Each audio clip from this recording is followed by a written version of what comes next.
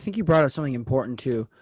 We don't know what they were thinking. You know, to go on, I'm like I said, I'm a philosophy minor, but to go into a little bit of philosophy, you know, I think another one of the most important points in history was Immanuel Kant, and I'm pretty sure it was Immanuel Kant, and I think therefore I am. You know, realizing that we are these beings that are conscious, and that distinguishes us between, you know, the other species that are on planet Earth. I think it is fascinating that you can look back and see ruins and things like that, and we have this almost bias to think that they were just like us. You know, they did think, they did love, they did come together as a society. We are a societal animal, a societal breed.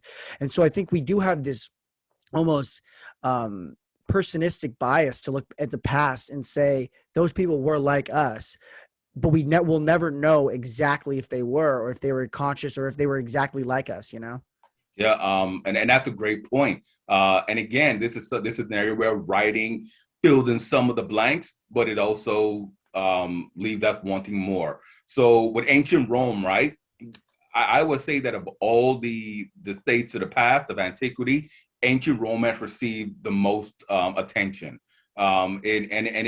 It's pretty much the driving force for the modern world. Just about every country, every nation, every society has something, whether they like it or not, from ancient Rome. Some aspect of their government or their society, their culture is derived from it. But with ancient Rome, it's estimated that less than 5% of all the literature, all of the written works survive, you Whoa. know? That number drops even lower when you think of the Greeks. I mean, most people think Greek statues are amazing, but the majority of our Greek statues and Greek artworks are Roman reproductions. You know, we have very few actual Greek statues still standing, still around. Most of them are copies from the Romans. And to their credit, the Romans became very good at copying those Greek statues. So we have accurate descriptions of accurate, I just said, reproductions of what those statues look like. But even with Greek literature, not much of it's more than, I would say, 99% of it is it's gone. And with Egypt, for a society as long lived as Egypt, I would estimate that less than 1% of all their literature survives. We have fragments of many papyri, and I think even now, you know, when you look at it, Egypt, Narmer unified Egypt around 3100 BCE, and from that point on, I would say we have less than 100,000 pieces of papyri. You know, you're looking at a society that ran the gamut of 3,000 years, right? And we have less than 100,000 pieces of papyri. And most of those papyri are copies of the exact same thing. Mm-hmm. And it falls off even worse when we look at societies in, let's say, Babylon or the Hittites or Sumer and Akkad, right? We have very, very few documents from those people, from those societies. We have basically no paper or wooden artifacts from them. What we have are chipped fragments of like clay tablets, right?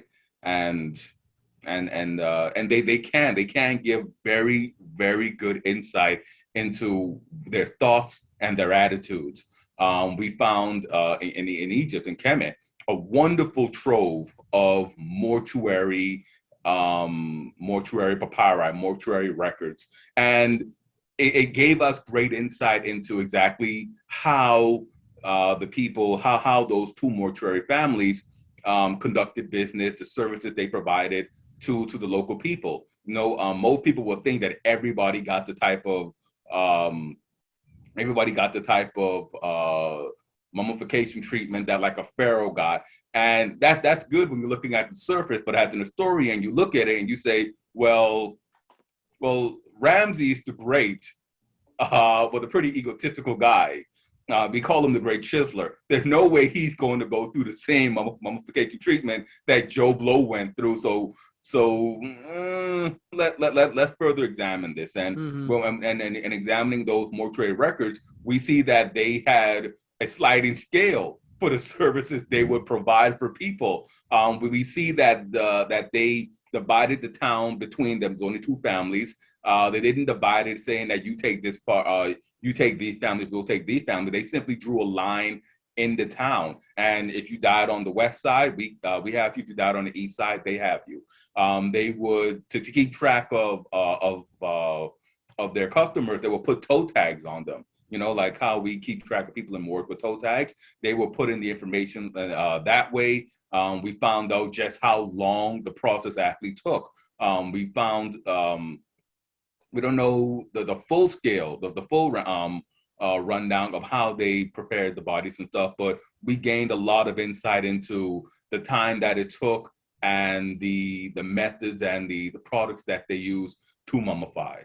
And going beyond that, I mean, there's one, and this is controversial too, because most people they draw a line when it comes to philosophy, and they say that with ancient societies, the only two societies that did philosophy were the Greeks and the Romans.